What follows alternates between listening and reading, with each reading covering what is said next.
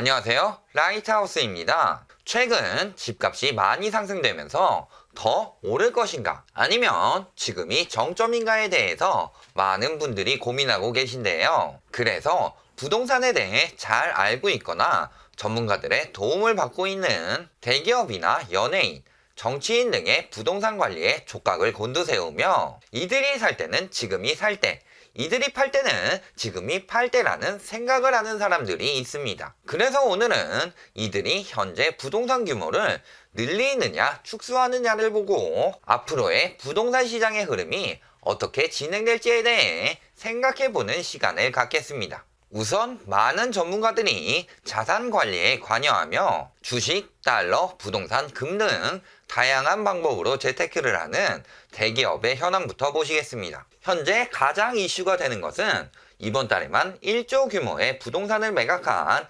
CJ 제일제당의 이슈인데요. 이전까지 CJ 헬스케어, CJ 헬로나, 투썸플레이스 지분 등으로 자금을 마련했던 CJ가 이번 달 서울 가양동 유휴부지 및 서울 구로동 공장부지 등의 부동산을 대량으로 매각했습니다. CJ뿐일까요? 삼성그룹은 2016년부터 사옥을 처분하기 시작했죠. 태평로 본관, 을지로 사옥, 서초 사옥 등을 전부 매각했고 올해 역시 여의도 빌딩을 매물로 내놓은 상황에서 매수자를 기다리고 있습니다. 롯데는 많은 부동산을 한꺼번에 팔기 힘드니 리츠를 이용하는데요. 롯데마트, 아울렛 등 10개 점포를 부동산 위탁회사인 롯데리츠에 넘겨서 현금을 확보하고 있는 중이며 추후 롯데호텔 역시 유동화할 가능성이 크다고 하죠.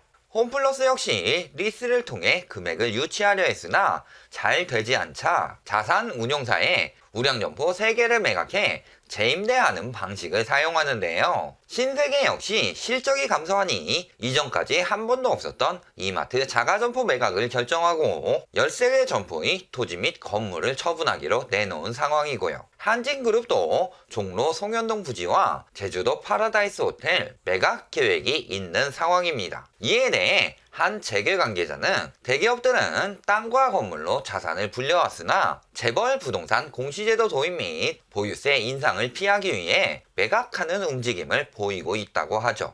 이렇게 작년에는 2조 6천억 규모에 그쳤던 기업들의 부동산 매각이 올해 11월 20일까지 벌써 5조 5천억 규모로 늘어난 상황인데요. 즉 대기업들이 매출 감소로 인한 경제 위기를 극복하면서 자산 확보의 수단으로 부동산 매각을 1순위로 고려하고 있다는 뜻입니다. 만일 부동산을 가지고 있는 것이 유동화해서 현금화하는 것보다 훨씬 유리했다면 다른 자산을 처분하더라도 알짜 부동산들은 남겨놓고 있었을 겁니다. 마치 예전 일본에서 플라자 합의로 기업들의 매출은 감소해도 자국 부동산을 지속적으로 매입했던 것처럼 말이죠. 하지만 여의도 종로나 마곡지구 인근 가양 등 알짜 매물들을 처분하거나 처분하려고 한다는 것은 지금 부동산 정책이나 경제 상황 등을 봤을 때 부동산을 처분해 현금화하는 것이 더 이익이라고 생각했다는 뜻입니다. 정치인 방면을 볼까요? 고 김종필 전 총리의 신당동 자택 역시 많은 유지비로 올해 매각되었고 현 정부 인사 중 한 명인 김의겸 전 청와대 대변인도 최근 흑석동에 있는 자택을 매각했습니다. 어떤 인간들이 현 정부 관계자들이 이익 보려고 이번 정부에서 집값을 올리는 정책을 사용하고 있다고 하는데 정부 관련 인사가 서울의 핵심 지역에 집을 판다는 것은 어떻게 이야기할지 궁금해지네요. 연예인들 역시 비슷한 추세를 보이고 있는데요. 이효리 씨의 경우 예전 효린의 민박으로 유명했던 제주도 단독주택 및 논현동 주택, 삼성동 주상복합 등도 매각한 상황이며 연예인이자 요리인으로 유명한 홍석천 씨의 경우도 본인이 운영하던 이태원 상가를 매각하려 하고 있죠. 부동산 재테크에 능한 연예인으로 알려진 배우 소지섭 씨도 강남구 역삼동에 있는 건물을 1년 만에 팔았고요. 또 얼마 전에는 배우 김민준 씨가 성수동 소재 3층 규모의 단독주택을 매각하기도 했죠. 물론 매입하는 사람들도 있지만 지금같이 부동산이 상승하고 있는 상황에서 강남이나 성수동 등 가장 비싸다는 똘똘한 한 채라는 부동산들을 매각하고 있다는 것은 이제 부동산을 처분해야 할 시기라고 생각했기 때문으로 보입니다. 이런 상황에도 불구하고 작년 자료를 들고 와서 부동산 겹규제에도 불구하고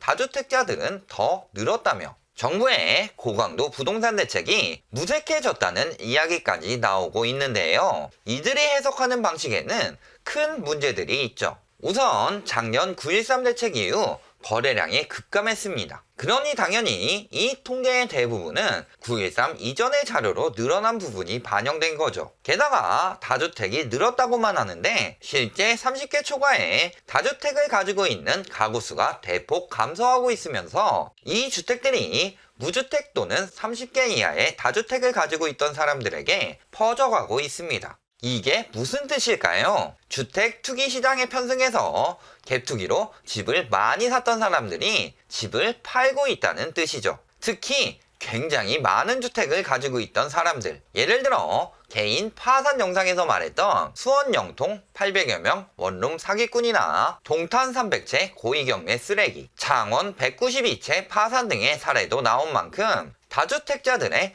파산 경매 영향도 있고요. 즉 부동산 투기를 많이 해본 인간들은 팔고 있고 부동산이 계속 오르는 걸 보고 뒤늦게 다주택자가 되는 문외한들이 늘었다고밖에 보이지 않는데요. 게다가 고위 경매로 인해 억지로 집을 구매해야 했던 무주택자들도 많고요. 이걸 전혀 반대로 해석하고 처음 기사를 냈던 쓰레기 언론이나 아니면 확인도 안 해보고 복부신화 일삼는 언론들은 반성을 좀 해야겠네요. 특히 무주택자들이 1주택으로 많이 되었다는 것은 부동산 시장이 더 활성화될 것이라는 소리가 아니라 주택이 많은 다주택자들이 처분하면서 무주택 1주택들이 이에 넘어가 샀다는 소리인데 이게 부동산 대책이 무색해졌다는 증거인가요? 상식적으로 주택이 많은 다주택자들이 팔고 무주택 1주택들이 샀다는 소리는 부동산을 잘 알고 있는 사람들이 팔았다는 뜻이며 반대로 부동산 시장에 처음 유입되거나 내 집 한 채만 가지고 있던 사람들이 부동산 가격이 오르는 걸 보고 부랴부랴 유입되면서 저들의 매물을 샀다는 것이 맞는 해석이죠. 그리고 그 뜻은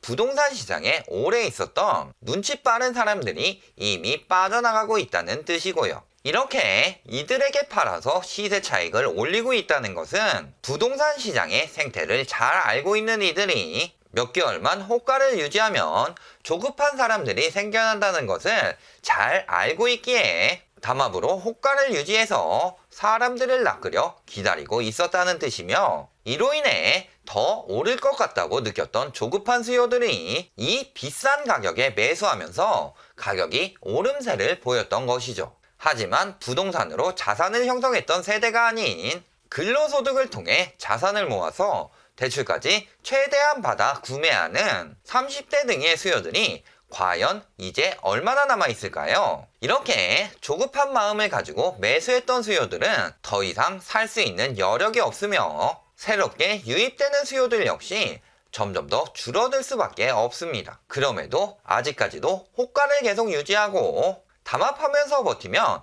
수요는 끝이 없을 것 같나요? 결론을 말씀드리겠습니다. 대부분의 기사들을 보면 공통점이 있는데요. 부동산 시장에 경험이 많지 않은 무주택 1주택자들이 집을 샀다고 하면 부동산 규제는 효과가 없으니 그런 것이라고 하고 대기업, 정치인, 연예인들이 부동산을 매각했다고 하면 기업 경기 악화니 대출이자로 인한 수익성 문제니 각종 다른 핑계를 만들어서 부동산은 오를 거지만 이들은 다른 이유로 팔았다는 식으로 보도하는 거죠. 하지만 실제 자산이 있고 부동산에 대한 지식과 관심이 많은 사람들은 부동산을 처분하고 있고 반대로 무주택 1주택인 사람들이나 부동산 시장에 처음 유입되는 30대들이 이 매물들을 사고 있는 것이 현실입니다. 그러니 언론들의 편파적인 부동산 기사 보도에 속지 말고 핵심을 보면 팔고 빠져나가려는 사람들이 누구인지 지금 유입되는 사람들이 누구인지 보일 것이고 이로 인해 부동산 시장이 어떻게 변해갈 것인지까지